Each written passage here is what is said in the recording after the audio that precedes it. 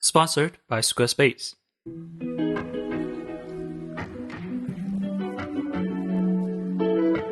With the immense success of Nezha 2, our international viewers may be curious about the series. However, if you do watch the films on your own, you may find them overwhelming. Crazy stuff keeps happening with minimal context. It's like watching anime for the first time as a normie. Admittedly, the unpredictable experience can be fun, but for those who prefer a reason for this chaos, this is the video for you. The Nezha series is based on The Investiture of the Gods, a Ming Dynasty novel which itself is based on existing Chinese myths. These myths are common knowledge to Chinese people. The film used this shared knowledge as a foundation and reinvent the story for modern Chinese audiences. To truly understand what that means, and to understand why Nezha 2 is so successful, we have to know the myth and its history. So, join us as we journey through the history of Nezha and see how this character went from a child corrupted by his power to a symbol that challenges Chinese conformist culture. This is your spoiler warning. Sit tight, let's dive in.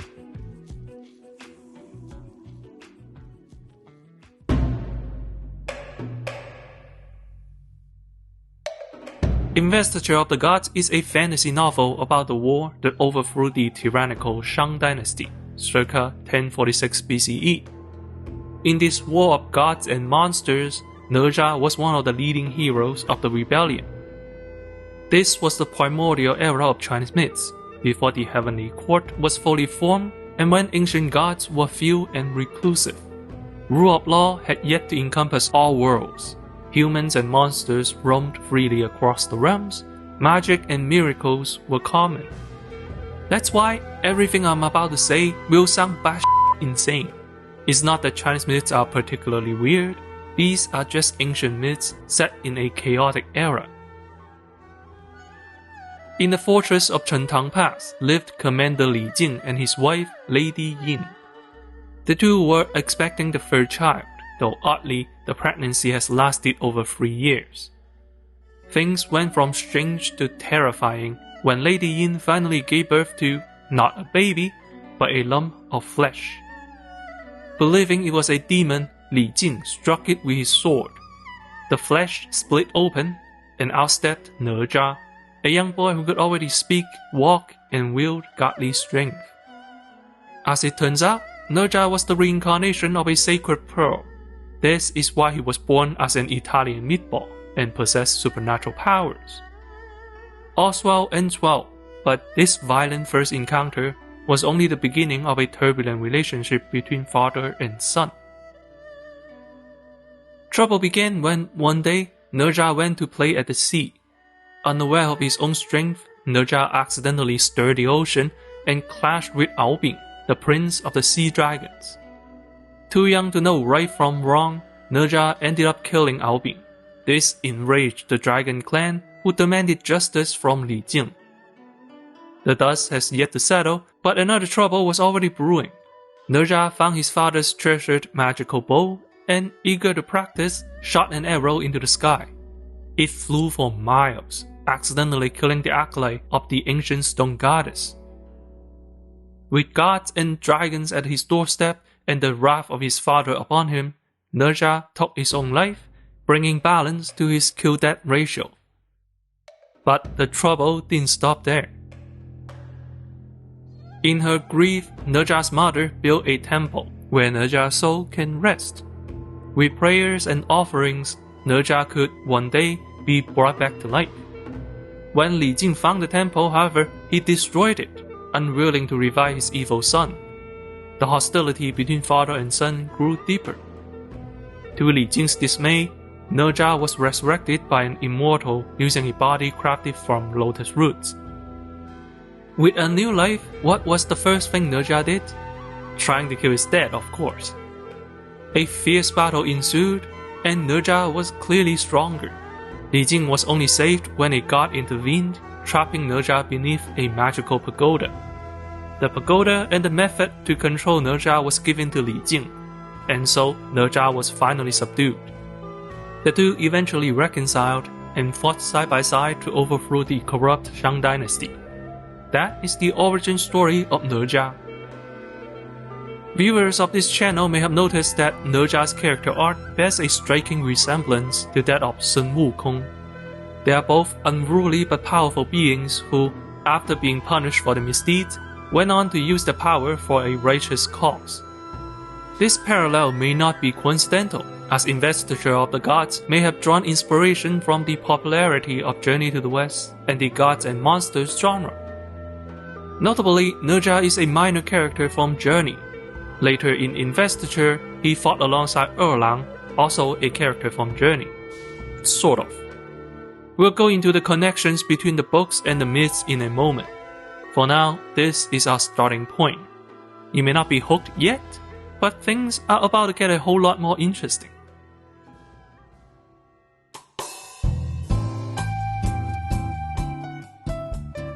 Investiture is not only a dynastic war, but also a battle between Taoist sects. It pitted Chan Taoism, practiced by humans, against Jie Taoism, followed by animals and monsters. This detail set the stage for Nezha 2. In this war of magic and miracles, success depends on spreading one's ideas. That's why I recommend Squarespace to both sides of the conflict. With Squarespace, you can create a website accessible to everyone, tailor-made to show up your brand. All you need to do is pick a template or even start from scratch and explore your creativity from there. With a multitude of tools and tutorials, even a Shang Dynasty Taoist unfamiliar with technology can produce great results. Although I have been told Shang Dynasty Taoists are actually good with tech. Or maybe not. Start your free trial at squarespace.com/AxonaCinema, use the code AxonaCinema and you can get 10% off your first purchase. Why resort to bloodshed when you can peacefully duke it out in cyberspace? Build your brand, show up your work, start your business with a website. Visit squarespace.com/AxonaCinema today.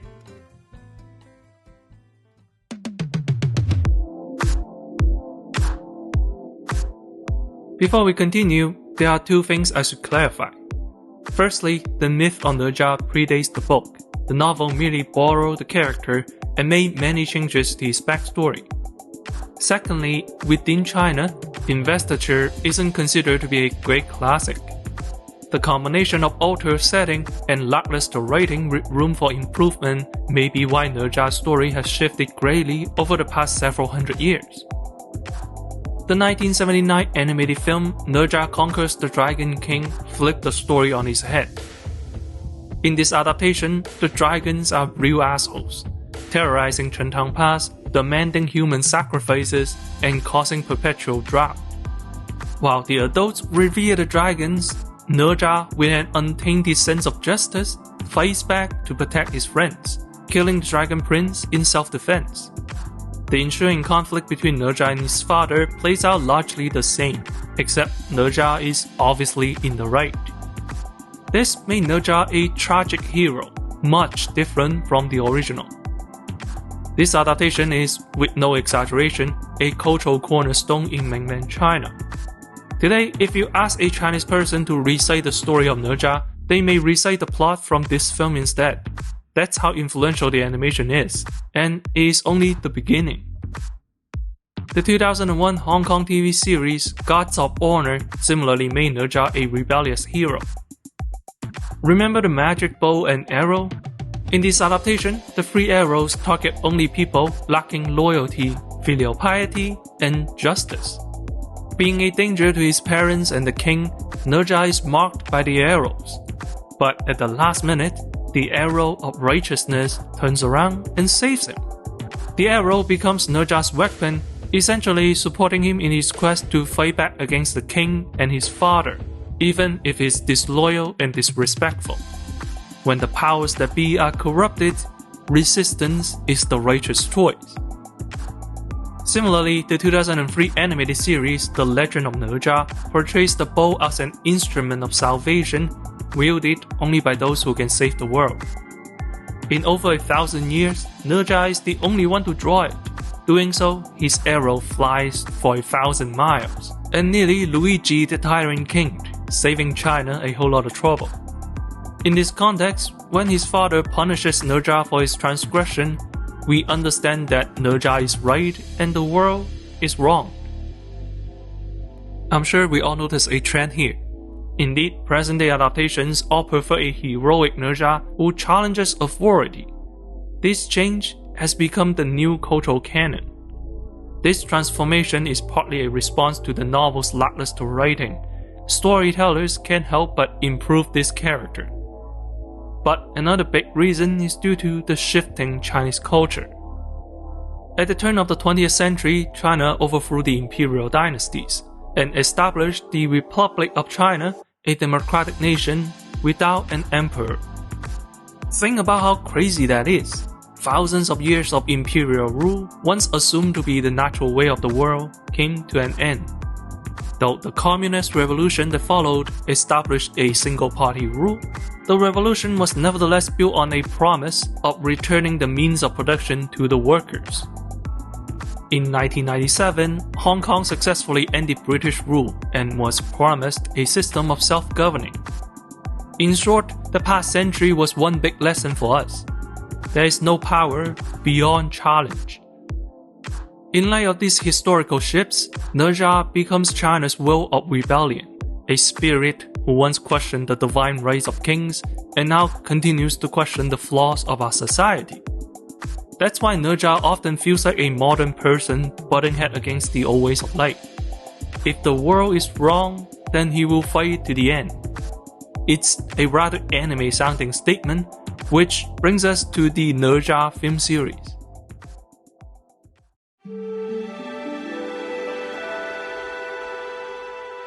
Okay, this is your final spoiler warning. In the 2019 Nezha film, during the climactic battle with Albin, Nezha utters a line that's hype as f***. 别挣扎了，你生来就是魔丸，这是命中注定。去你个鸟命！你命由我不由天。 In the continuing evolution of this story, we have arrived at our present cultural thesis. I am the master of my destiny. The 2019 Nezha animated film and its sequel once again flipped the story on its head. In this version, Nezha is changed into the reincarnation of a demon orb, a representation of evil.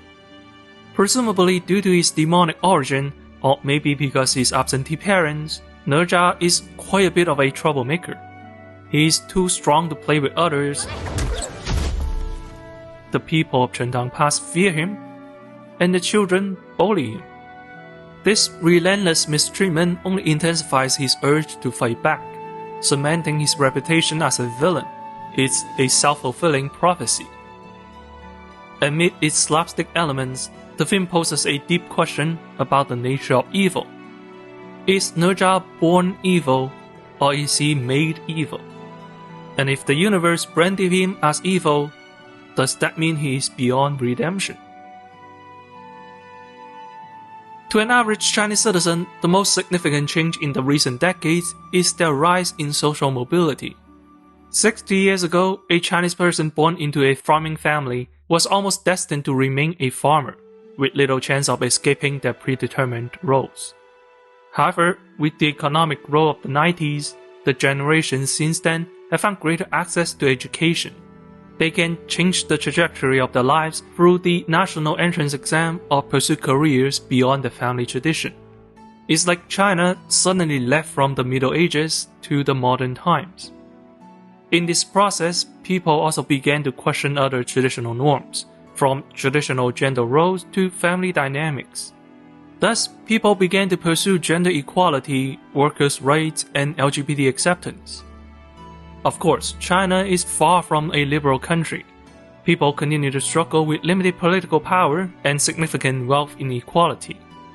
Nevertheless, this recent history has fostered a belief that one's future can and should be in their own hands. Nezha, in my opinion, reflects this desire for freedom. As mentioned, Investiture of the Gods deviated from its contemporary religious beliefs, inventing new gods and altering history. For instance, back when the book was being written, the most popular version of Erlang was the second son of Li Bin, a hydraulic engineer from the Warring States period. It seemed the novel wanted to capitalize on the popularity of Erlang, as he was not only popular in real life, but also appeared in Journey to the West. But the novel took place several hundred years before Li Bing was even born, so the book invented its own versions of Erlang, calling him Yang Jian. Since then, however, Chinese culture embraced this OC. Today, Erlang temples often display multiple statues, including one from the book version. In this vein, these films and shows have reshaped cultural perceptions. Perhaps in another 100 years, they, too, will become canon.